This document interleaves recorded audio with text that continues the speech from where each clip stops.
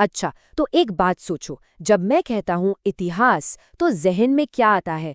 कौन सी तस्वीरें बनती हैं? कौन से लोग, कौन सी जगहें?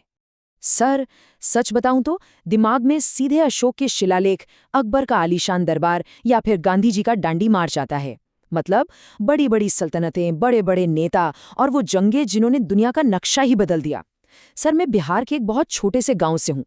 मेरे गांव की कहानी का या मेरे परदादा की यादों का यूपीएससी के लिए क्या कोई मतलब है? या मुझे अपना पूरा ध्यान सिर्फ मुगलों, मौर्यों और ब्रिटिश राज पर ही लगाना चाहिए? ये जो छोटी छोटी कहानियां हैं, ये सुनने में तो बहुत दिलचस्प लगती हैं, पर कहीं ये परीक्षा के नजरिए से वक्त की बर्बादी तो नहीं है? बहुत जरूरी सवाल पूछा तुमने। और तुम्हारी ये जो दुविधा है ना, यही आज की हमारी बातचीत का दिल है। क्योंकि जिसे तुम वक्त की बर्बादी समझ रहे हो, वो असल में इतिहास के उस पारंपरिक किले पर, उस बड़े इतिहास के साम्राज्य पर एक बहुत सोचा समझा हमला था, एक विद्रोह था। और देखो, किसी भी विद्रोह को समझने के लिए सबसे पहले उस साम्राज्य को समझना पड़ता है जिसके खिलाफ वो लड़ा गया था। तो चलो पहले उसी साम्राज्य की सड़कों पर घूम कर आते हैं। ये साम्राज्य था 19वीं सदी के एक जर्मन इतिहासकार लियोपोल्ड वॉन रांके का। रांके ने एक नियम बनाया कि इतिहास को ठीक वैसा ही दिखाना चाहिए जैसा वो असल में था। और उनके लिए असलियत का सिर्फ एक ही पता था: सरकारी दफ्तरों की फाइलें, राजाओं के बीच हुई संधियां और उनके खत। अब जरा सोचकर देखो, अगर हिंदुस्तान का इतिहास सिर्फ वाइसरॉय की लंदन भेजी गई चिट्ठियों और ब्रिटिश संसद के कानूनों से लिखा जाता, तो क्या वो हिंदुस्तान की सच्ची कहानी होती? उसमें वो करोड़ों किसान कहाँ होते? वो कारीगर, वो औरतें, वो आदिवासी? वो तो सब जैसे थे ही नहीं। यही थी रांकिन परंपरा। ऊपर से नीचे देखा गया एक साफ सुथरा इतिहास जिसमें आम आदमी की जिंदगी की कोई जगह नहीं थी। लेकिन सर, एक मिनट, आप इसे विद्रोह कह रहे हैं, पर सोर्स तो कहता है कि ये स्थानीय इतिहास तो कुछ अमीर शौकिया लोग लिखते थे। तो फिर ये एक बौद्धिक विद्रोह कैसे हुआ? ये तो बस बागबानी करने या फिर शिकार पर जाने जैसा एक रईसी शौक ही हुआ ना, कि कुछ अमीर जमींदार अपने इलाके की शान में कुछ लिखवा देते थे। इसमें क्रांतिकारी क्या था? बिल्कुल सही जगह चोट की है तुमने। हाँ, शुरुआत में ये एक शौक ही था, लेकिन अब जरा इस स्लाइड पर नजर डालो। ये सिर्फ फोकस बदलने की बात नहीं थी, ये तो सत्ता के कैमरे को ही घुमा देने वाली बात थी। ये कहने जैसा था कि इतिहास सिर्फ दिल्ली के तख्त से नहीं, बल्कि तुम्हारे गांव की चौपाल से भी लिखा जा सकता है। जहां राष्ट्रीय इतिहास बड़ी बड़ी सल्तनतों और कानूनों की बात करता है, वहीं स्थानीय इतिहास परिवारों और जमीन के साथ उनके रिश्ते की कहानी कहता है। एक इतिहासकार सबूत के लिए नेशनल आर्काइव्स जाता है, तो दूसरा गांव के पटवारी के पुराने नक्शों और भाटों की सुनाई वंशावलियों में सच ढूंढता है। ये इतिहास के कैमरे को राजमहल से हटाकर हमेशा के लिए एक आम इंसान के आंगन में लगा देने जैसा था। और देखते ही देखते ये शौक एक आंदोलन बन गया। देखो, पहले तो ये अपनी पहचान बचाने की एक कोशिश थी। फिर हॉस्किंस जैसे विद्वानों ने आकर इसमें अकादमिक गहराई डाली, इसे एक विषय बनाया। और 1947 में जब इंग्लैंड की लीसेस्टर यूनिवर्सिटी में इसका एक अलग डिपार्टमेंट बना, तो समझो इस विद्रोह को अपना एक हेडक्वार्टर मिल गया। भारत में भी आज़ादी के बाद यही हुआ। इतिहासकार सिर्फ नेहरू, पटेल, जिन्ना की कहानियों से आगे बढ़े और उन्होंने किसान आंदोलनों, दलित चेतना और अलग अलग क्षेत्रों की अपनी पहचान का इतिहास लिखना शुरू किया। ये एक ग्लोबल इंटेलेक्चुअल लहर थी। छात्र तो फिर इस लेसेस्टर स्कूल ने ऐसा क्या अलग कर दिया? वो भी तो लिख तो स्थानीय इतिहास ही रहे थे ना? नहीं, वो सिर्फ लिख नहीं रहे थे, वो इतिहास लिखने के नियम ही बदल रहे थे। ऐसे समझो, लिसेस्टर से पहले का कोई इतिहासकार एक गांव के बारे में लिखता। इस गांव में एक जमींदार था, उसका एक बहुत बड़ा घर था और उसने 1850 में एक चर्च बनवाया था। बस बात खत्म। लेकिन लिसेस्टर स्कूल का इतिहासकार पूछता, ठीक है, पर उस जमींदार के किसान कैसे रहते थे? उनकी फसलें कैसी थीं? क्या वो लगान से दबे हुए थे? उस चर्च के बनने का उनकी रोजमर्रा की जिंदगी पर क्या असर पड़ा? फर्क समझे? ये विश्लेषण है, सिर्फ तथ्यों का कलेक्शन नहीं। उन्होंने स्थानीय समुदाय को कहानी का हीरो बना दिया और उसके संघर्ष और विकास को इतिहास का मेन थीम। तो क्या ये सब कुछ सिर्फ पश्चिम में हो रहा था? बिल्कुल नहीं, बल्कि हमारे यहाँ यानी एशिया और अफ्रीका में तो ये परंपरा और भी ज्यादा गहरी थी, बस उसका रूप अलग था।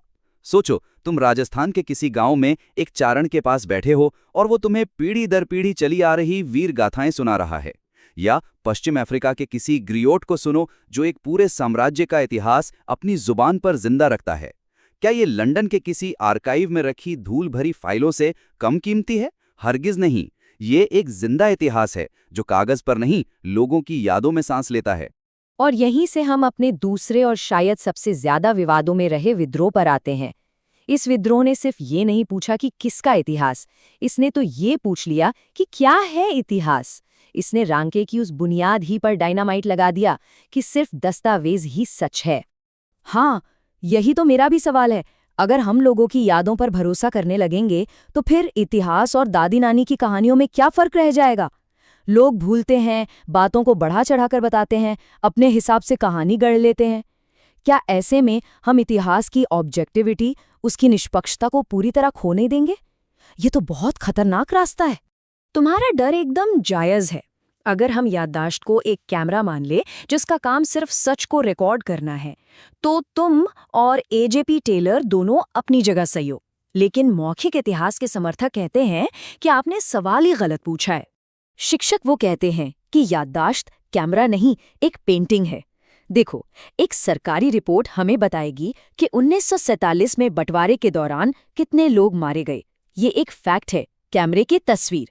लेकिन एक मौखिक इतिहास हमें बताएगा कि एक माँ ने उस हिंसा में अपने बच्चे को खोने का दर्द कैसे महसूस किया, उसने अपनी पहचान कैसे खो दी और उसने अपनी टूटी हुई जिंदगी को फिर से कैसे खड़ा किया। ये एक पेंटिंग है जो हमें उस अनुभव की भावनात्मक सच्चाई दिखाती है जो कोई सरकारी फाइल कभी नहीं दिखा सकती। इसका लक्ष्य तथ्य नहीं बल्कि मानसिकता को पकड़ना है। तो इसके 3 बड़े काम हैं। पहला, ये उन लोगों को जुबान देता है जो इतिहास में हमेशा खामोश रखे गए। जैसे उर्वशी बुटालिया की किताब the other side of silence ने बंटवारे की उन औरतों को आवाज दी जिनके बारे में सरकारी इतिहास चुप था। दूसरा, ये व्यक्तिपरक अनुभवों की खोज करता है। ये हमें बताता है कि लोगों ने इमरजेंसी को कैसे जिया। कुछ के लिए वो अनुशासन का दौर था तो कुछ के लिए जुल्म का। और तीसरा, ये सरकारी कहानी को सीधी चुनौती देता है। ये हमें दिखाता है कि जहां सरकार कह रही थी कि चिपको आंदोलन सिर्फ आर्थिक कारणों से था, वहीं लोगों की यादें बताती हैं कि ये औरतों के लिए अपने जंगल और अपनी संस्कृति को बचाने की लड़ाई थी। ठीक है सर, स्थानीय और मौखिक इतिहास अब समझ में आ रहा है, लेकिन ये माइक्रो हिस्ट्री क्या भला है? ये सुनने में बहुत अकेडमिक और मुश्किल लग रहा है। और ये स्थानीय इतिहास से अलग कैसे है? आखिर दोनों ही तो छोटी चीजों का अध्ययन कर रहे हैं। ये सबसे जरूरी फर्क है और यहीं यूपीएससी तुम्हारी समझ को परखेगा। देखो, स्थानीय इतिहास सूक्ष्मदर्शी यानी माइक्रोस्कोपिक है। वो तुम्हारे गांव का अध्ययन इसलिए करता है क्योंकि वो तुम्हारे गांव के बारे में ही जानना चाहता है। लेकिन माइक्रो हिस्ट्री सूक्ष्म ब्रह्मांडीय यानी माइक्रो कॉस्मिक है। वो तुम्हारे गांव का अध्ययन इसलिए करता है ताकि वो उस एक गांव के जरिए पूरे भारत के समाज को समझ सके। एक के लिए गांव विषय है, दूसरे के लिए गांव पूरी दुनिया को देखने की एक खिड़की है, एक सबूत है।